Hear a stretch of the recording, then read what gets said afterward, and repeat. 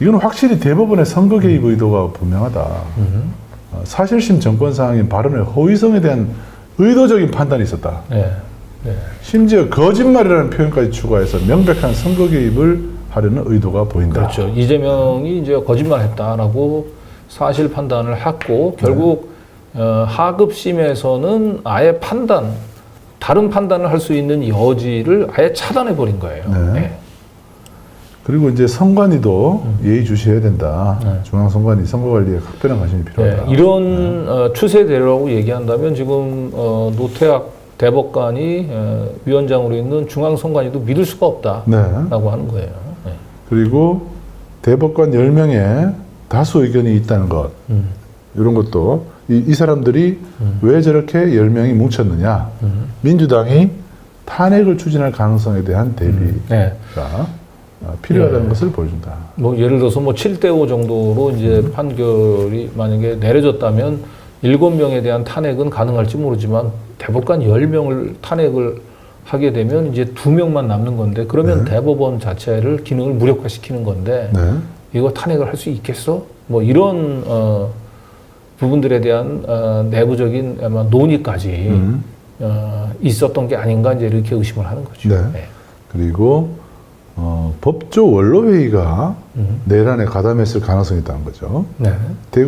TK, 대구경북과 서울대 출신 중심의 법조 원로회의가 내란에 가담한 가능성을 배제하기 어렵다. 이게 우리 이제 잠원 변호인단이 12.3 계엄 직후서부터 쭉 얘기를 했었던 거예요. 예, 그래서 윤석열이 이제 계엄 입법기구라고 하는 걸 만들었잖아요.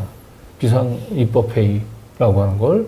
그래서 그 계엄 입법기구에 누가 참여할지 여부까지 다 검토가 끝났을 거라고 하는 거고, 결국 비상입법기구 구성과 관련해서 다시 한번 얘기하지만 조희대 대법원장 등 이 사법부 최고위 전현직 관료들이 이미 윤석열하고 사전에 계엄을 모의했을 가능성이 있다.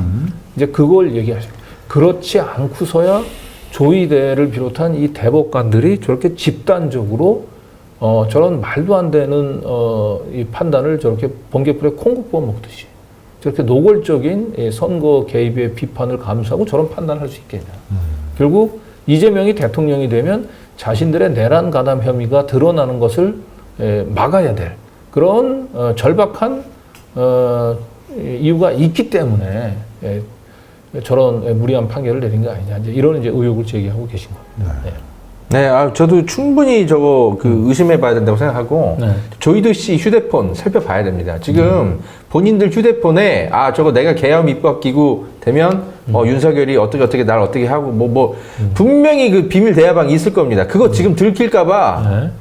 그래서 지금 이재명 대통령 무조건 막아야 된다고 지금 대법원장이 지금 부끄러움을 모르고 지금 네. 선거에 아예 뛰어들어가지고 부정선거를 좀 획책하고 있는 것이 아닌가. 그렇죠. 지금 어쨌든 12.3 계엄 그 내란 특검이 지금 대통령이 거부권 그 행사에 막혀가지고 지금 네. 예, 지금 그게 이제 현실화되고 있지 못하고 있지 않습니까? 그런데 네. 이제 이재명이 후보가 대통령이 될 경우에는 이제 국회에서 이제 과반 의석을 가지고 내란 특검법을 통과를 시키면 바로 이제 그 법은 이제 시행이 되는 거예요. 네. 이재명 이제 네. 대통령이 이제 대속을 거부권 행사할 리가 없지 않습니까? 네. 예. 결국 내란 특검을 가장 두려워하는 자들이 지금 이제 이재명이 대통령 되는 걸 저는 제일 두려워하고 있는 게 아닌가. 그리고 그런 차원에서 보면 12.3 계엄 직후에 이 누구나 다 국민들한테 상식적인 판단이 끝났던 12.3 불법적인 계엄에 대해서 명확한 입장 발표를 하지 못하고 주저주저 했었던 조희대 대법원장은 더더군다나 지금 의심을 받을 수밖에 없다. 네. 자, 이재명 후보가 대통령에 당선됐을 경우, 그러면 예상되는 시나리오는 무엇인가? 하나씩 짚어보죠. 지금 이제 헌법 84조 이거 가지고 이제 해석이 이제 논란이 일고 있는데, 이제 대통령은 형사상 소출을 당하지 않는다라고 헌법 84조에 되어 있잖아요. 이게 어떤 의미냐? 형사상 소추 상태가 그에 있어서는 안 된다. 안 된다. 그런 상태가 돼서는 안 된다 이런 거죠. 그리고 이 얘기는 다시 얘기하면 법원은 공소 기각 판결을 통해서 소추 상태를 해소하여야 할 의무가 있다. 이렇게 해석을 해야 된다라고 하는 것이 이제 저희 자문 변호인단의 이제 의견입니다. 네. 예. 공소 기각 판결을 통해서 소추 상태를 해소해야 한다. 네.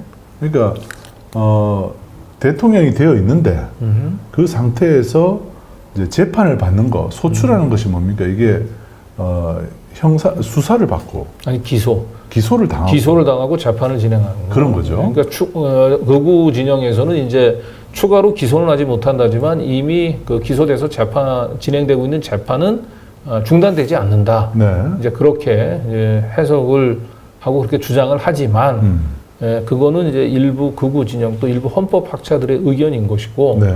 이 형사소송법의 전문가들은 저 형사상 소추를 당하지 않는다라고 하는 의미는 기소뿐만 아니고 재판까지 포함을 해서 소추 상태의 대통령은 있어서는 안 된다. 그러면 안정적으로 대통령 국정 운영을 할 수가 없고 네. 그리고 무엇보다 기존에 뭐 기소됐다든지 재판을 진행 중이라고 하는 것들을 알고도 국민들이 나는 이 사람한테 국정을 맡기겠다라고 한다면 그 국민 주권자의 판단을 존중해줘야 되는 거예요. 사법부는 이미 이런 사법 리스크라고 얘기하는 부분들이 다 노출된 상태에서 선거 과정에서 불이익을 받았음에도 주권자들이 나는 그럼에도 불구하고 이재명한테 내 주권을 맡기겠다. 네. 그 대통령으로 선택을 하게 되면 그 주권자의 판단을 존중을 해서 그 대통령이 안정적으로 국정을 운영할 수 있도록 형사상 소추 상태를 제거해줘야 된다. 그리고 결국은 공소 기각 판결을 해야 된다라고 하는 거죠. 네, 이렇게 적극적인 의미로 해석을 합니다. 그러니까 재판이 단순히 중단되는 정도를 넘어서 공소 기각 판결을 해야 된다. 이제 이런 해석이 우리 뉴탐사 변호 자문단의 해석입니다. 네. 그리고 공소기각 사유가 해소됐을 경우, 이제 대통령 임기가 만료됐을 경우는 네. 불소추 특권이 해소되면 그렇죠. 그러면 검사가 그때 다시 동일한 재기소가 사유로 재기소된다. 공소시효는 정지되잖아요. 네네. 대통령 재직 기간 네네. 중에는. 그리고 거꾸로 저는 이런 생각도 해보거든요.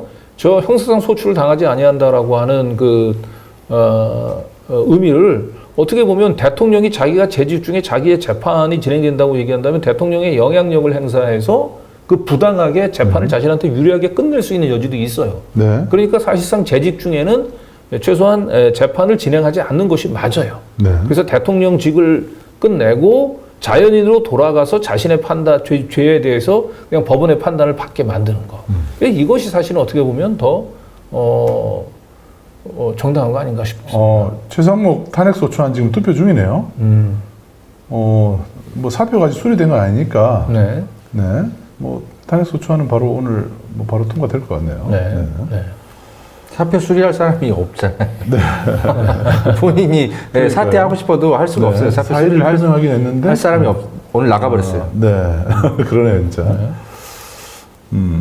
그러면 최상목 때 탄핵소추안이 통과되면은 결국 그 이주호 교육부 장관이 대행이 되겠군요. 네.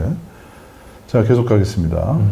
대법원이 당선 후에 지금 하는 짓을 보면은 지금 저거 하고 남을 것 같아요.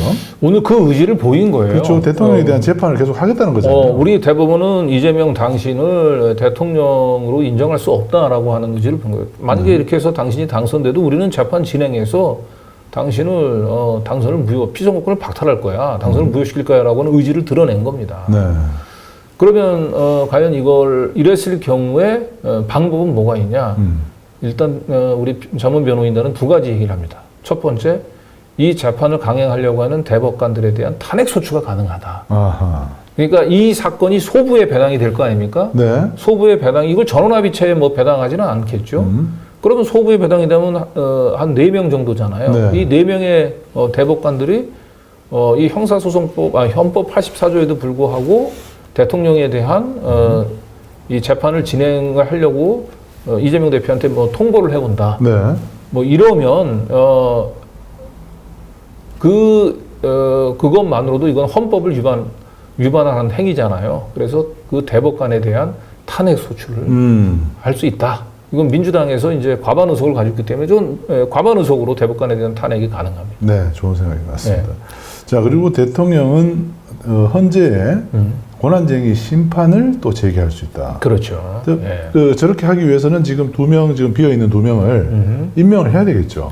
그게 제일 안정적이죠. 네. 그러니까 일단 지금 한덕수는 2명의 재판관들 처음엔 지명했다고 얘기하다가 자기는 지명도 안 한 거라고 얘기를 했고 네. 어쨌든 헌법재판소에서 가처분을 통해서 본안 판단이 내려질 때까지 이제 지명 절차를 중단을 시켰습니다.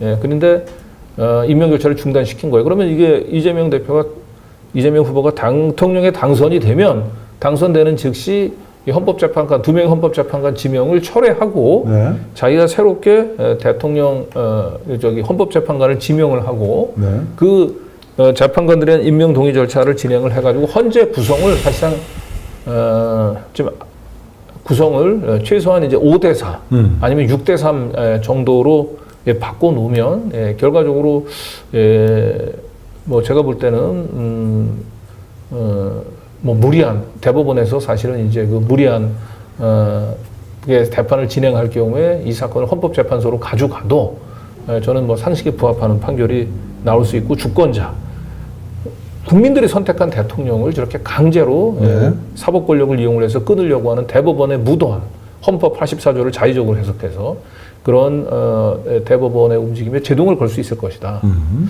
그런데 이렇게 되면 일단 헌법재판관들의 나라의 운명을 맡기는 것이나 다름없기 때문에 제가 볼 때는 만약에 헌법 84조에 대한 해석을 자의적으로 해서 이미 대통령 당선과 동시에 대통령 지위가 발생한 사람을 계속 재판을 강행하겠다고 얘기한다면 그 순간 저는 재판관들을 탄핵에 붙이는 것이 저는 가장 확실한 방법이 아닐까. 그렇습니다. 예.